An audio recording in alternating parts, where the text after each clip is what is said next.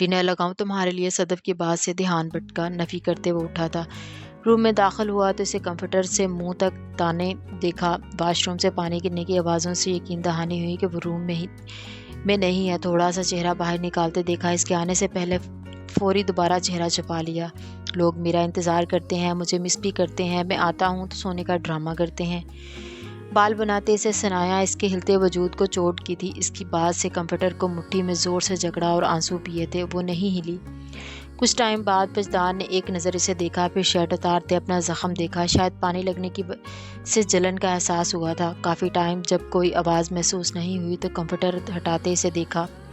اگلا لمحہ تکلیف دہ تھا۔ وہ ڈریسنگ کے آگے زخم کا معائنہ کر رہا تھا، اس کی طرف کندھا تھا، وہ بآسانی دیکھ سکتی تھی۔ سب کچھ ذہن سے بلاتے وہ بستر سے ننگے پاؤں نکلتے اس کی طرف بھاگی تھی۔ کیا ہوا یہ؟ وہ اس کی طرف پلٹا۔ تم تو سو رہی تھی، وہ مسکراہٹ ضبط کر رہا تھا۔ اس کی بات سنے بغیر اس کے اونچا ہوتے اس کے کندھے سے نیچے بازو پر زخم دیکھا، کٹ گہرا تھا۔ یہ چوٹ کیسی آئی؟ وہ فکر مند سی ہوئی۔ یہ بس معمولی سا کٹ ہے، وہ شرٹ پہنتے بول رہا تھا۔ یہ معمولی سا ہے؟ وہ وجدان نے اس کی بات پر حیران ہوتے دیکھا۔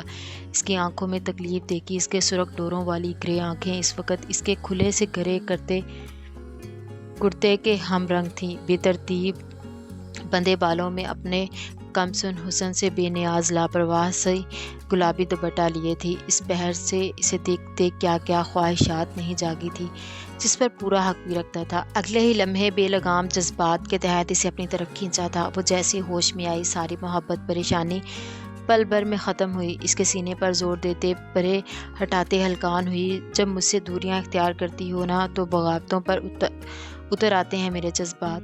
بات دوری چھوڑتے اس کی گردن پر جھکتے سرگوشی کی۔ اس لمحے بس وہ چاہیے تھی اپنے قریب ترین۔ اس کی گرم سانسیں جلسا رہی تھی۔ اگلے لمحہ جان پر بنایا تھا جب گردن سے اپنا دوپٹہ سرکتا محسوس ہوا۔ اس کے ہونٹ جا بجا اپنی گردن پر محسوس ہو رہے تھے۔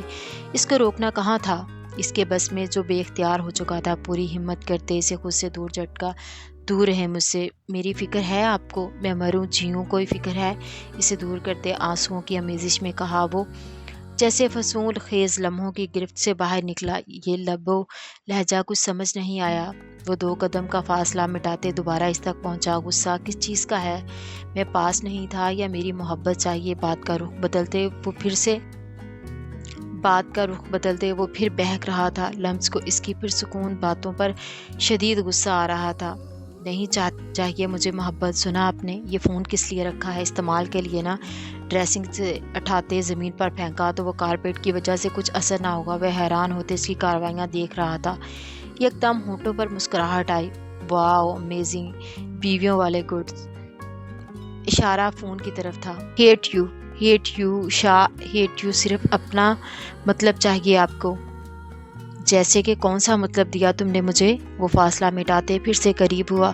کوئی ایک بھی مطلب نہیں دیا تم نے مجھے، اور ہاں پر اب ارادہ ہے میرا۔ اس کی معنی خیز باتیں بری طرح سلگا رہی تھی۔ وہ کیوں پرسکون ہوتا ہے؟ یہ چیز مزید آگ لگاتی تھی۔ کیوں تھے اس مریم کے پاس؟ وہ چیختی جا رہی تھی۔ دور ہوتے اس کی ڈریسنگ پر پڑی قیمتی واچ پھینکی، اس کے پرفیومز بھی پھینک دیے تھے۔ وجدان کو اس کے ہارش رویے میں اس بات نے چونکنے پر مجبور کیا۔ مریم کا ذکر کہاں سے آیا؟ میں کہاں یاد آئی ہوں گی؟ وہ 2 دن چاہے میں مروں۔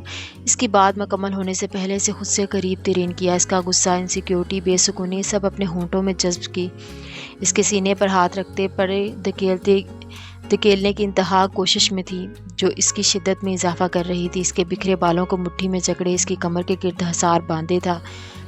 بازو کے سہارے کھڑی تھی، ورنہ اب تک تو زمیں بوس ہو جاتی۔ جب اس کی سانسیں تھمنے کے قریب ہوئی تب رحم آیا تھا۔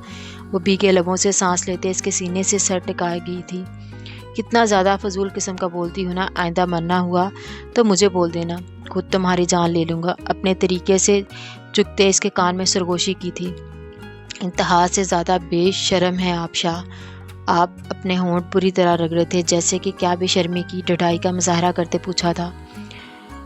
نکلو میرے روم سے، روتے اسے دور دھکا دیا تھا۔ کیا وہ حیرت میں تھا؟ مجھے ہٹ کر لو پلیز، خود کو نہیں کرو۔ پھر سے روتے دیکھ، عجیب و غریب رویہ دیکھ، وہ اب اصل میں پریشان ہوا تھا۔ وجدان 1 منٹ سے پہلے چیختے کہا، اچھا ابھی اس پہر کہاں جاؤں میں؟ معصومیت کی انتہا تھی۔ اپنے اسٹڈی روم میں، مجھے نہیں پتا، جہاں مرضی جائیں۔ وہ مزید بگڑ رہی تھی۔ اچھا جا رہا ہوں، رونا بند کرو، جاؤ۔ وہ پھر سے چیخی۔ اس کی حالت پہ پیش نظر وہ کمرے میں موجود اسٹڈی روم کے اندر چلا گیا۔ بے دردی سے بیڈ پر بیٹھتے آنسو رگڑے اور مزید غصہ آیا۔ اگلے 2 منٹ میں وہ تن فن کرتی اسٹڈی روم میں گیر۔ وہ couch پر آنکھیں مودے تھا، جیسے یقین تھا وہ واپس آئے گی۔ کم ہیئر، بند آنکھوں سے کہا آئی ہیٹ یو۔ اس کے سینے سے لگتے کہا۔ اس کے آنسوؤں سے شرٹ بھیگتی محسوس ہوئی۔ مجھے نہیں پتا میں کیوں، میں مر جاؤں گی وجدان، میں مر رہی ہوں۔ اس کی بات سے دل مٹھی میں جکڑ گیا تھا۔ اسے بازو میں بھرتے روم میں بیڈ پر لٹایا۔ کس چیز کو سوار کیا ہے؟ اس کے بال سنوارتے پوچھا۔ وہ مجھے بری لگتی ہے، مجھے ہر وہ لڑکی بری لگتی ہے جو آپ کے قریب آئے گی۔ آپ مجھ سے دور ہو رہے ہیں نا، یو ہیٹ می، ٹوٹتے پھوٹتے لفظوں میں وہ جانے کیا بول رہی تھی۔ اس کی بات سے اندازہ ہوا وہ کمپلیکس کا شکار ہو رہی ہے۔ کیوں غلط سوچ رہی ہو، کیوں دماغ خراب کر رہی ہو اپنا؟ میں اپنی جان سے کیوں نفرت کروں گا؟ اس کے ماتھے کو لبوں سے چھوتے پر سکون کیا۔ کیوں نہ کس نے کہا تھا مجھے آپ مجھ سے نفرت کرو گے؟ کس نے کہا تھا؟ وہ صدمے میں ہوا۔ اس نے کہا تھا وجدان، آپ کو بلانے سے اس نے مجھے بہت ٹارچر کیا۔ یہ یہاں دیکھیں، بہت پین ہوتا ہے۔ کندھے کی طرف اشارہ کرتے بولتے بولتے وہ رکی۔ بتاؤ کیا کہا تھا اس نے؟ میں سن رہا ہوں، پلیز بول دو، جو تمہیں ڈسٹرب کر رہا ہے بول دو۔ وہ اس کا دماغ اب اس چیز سے آزاد کرانا چاہتا تھا۔ پھر مجھ سے دور ہو جاؤ گے آپ؟ وجدان کو اپنی کمر پر گرفت مضبوط لگی۔ میں کیوں دور ہوں گا یار؟ سے اٹ لمس، جو بھی دل میں ہے شوہر سے کچھ بھی نہیں چھپاتے، یقین ہے نا مجھ پہ؟ بلیو می، کہیں نہیں جا رہا، میں سن رہا ہوں، مجھے بتاؤ گی تو ہی مسئلے کا پتہ چلے گا مجھے۔ نرم لہجہ رکھتے اس کا خوف زیادہ چہرہ نظروں کے اثار میں لیا۔ مجھے ٹارچر کیا، میرا دوپٹہ بھی کھینچا، مجھے زور سے تھپڑ مارے تھے۔ وہ جیسے جیسے روتے بول رہی تھی، مٹھی زور سے بند کیے وہ اشتعال ضبط کر رہا تھا۔ پھر اس نے مجھے انجیکٹ کیا تھا۔ پھر کیا ہوا مجھے یاد نہیں آ رہا، مجھے کچھ یاد نہیں آ رہا۔ میرے ساتھ اس کے ہاتھ ہٹاتے وہ خوفزدہ سی دور ہٹی تھی۔ وہ یکدم خیالوں سے نکلا تھا۔ او میرے خدایا، تم اس دن کی یہ سوچ رہی ہو، اس کو خود سے دور کرنا، قریب نہیں آنے دینا۔ سب جیسے آہستہ آہستہ سمجھ میں آیا۔ غصے کا گراف بڑھ رہا تھا۔ اس بندے نے اس کا دماغ فضول گوئی سے خراب کر دیا۔ اب اسے ہر حال میں ڈھونڈنا تھا۔ میری جان، کچھ نہیں ہوا تھا، اس کا گواہ میں ہوں، تمہارا شوہر سب سے بڑا گواہ ہے تمہاری پارسائی کا۔ نو دور رہے مجھ سے، اس کو قریب بڑھتا دیکھ وہ پھر سے آپے سے باہر ہوئی تھی۔ اچھا ایک بات سن لو، پھر چاہے پاس نہ آنا، پتہ ہے برا ان کے ساتھ ہوتا ہے جو دوسروں کا برا چاہیں۔ میں نے کسی کا برا نہیں چاہا، میری بیوی کے ساتھ کیسے غلط ہوتا؟ یہ معجزہ تھا میرے لیے کہ تمہیں کچھ نہیں ہوا۔ میں اس دن 1000 دفعہ مرا تھا تمہیں اس حال میں دیکھ کر، صرف جان ہی بچی تھی جو نہیں نکلی۔ آئی پرومس کچھ بھی نہیں ہوا تھا۔ اس کے بکھرے بال سنوارتے انگلیاں چلائیں۔ وہ اس کے ساتھ پاتے پر سکون ہوئی تھی۔ وہ وہی تو چاہتا تھا، بس اس کی ساری انٹینشنز چاہیے تھی۔ وہ سمجھ رہا تھا اب خود کو سزا دینا بند کرو۔ اس کے بالوں کو چوما۔ کچھ لمحوں بعد وہ سارا غبار نکال چکی تھی۔ اب نئی ٹینشن دماغ میں آ رہی تھی۔ اس کا ہاتھ اپنے بالوں سے نکالا۔ کیا اس عمل سے اس کو دیکھا مریم کے پاس؟ وجدان حیران ہوا۔ اس کی سوئی اتنا سب ہونے کے بعد پھر وہی اٹک کی گئی تھی۔ اس کا نکاح کرایا امراض سے، اسے سب بتایا۔ برا ہوا اس کے ساتھ، آپ نے بھائی ہونے کا فرض نبھایا۔ بھائی؟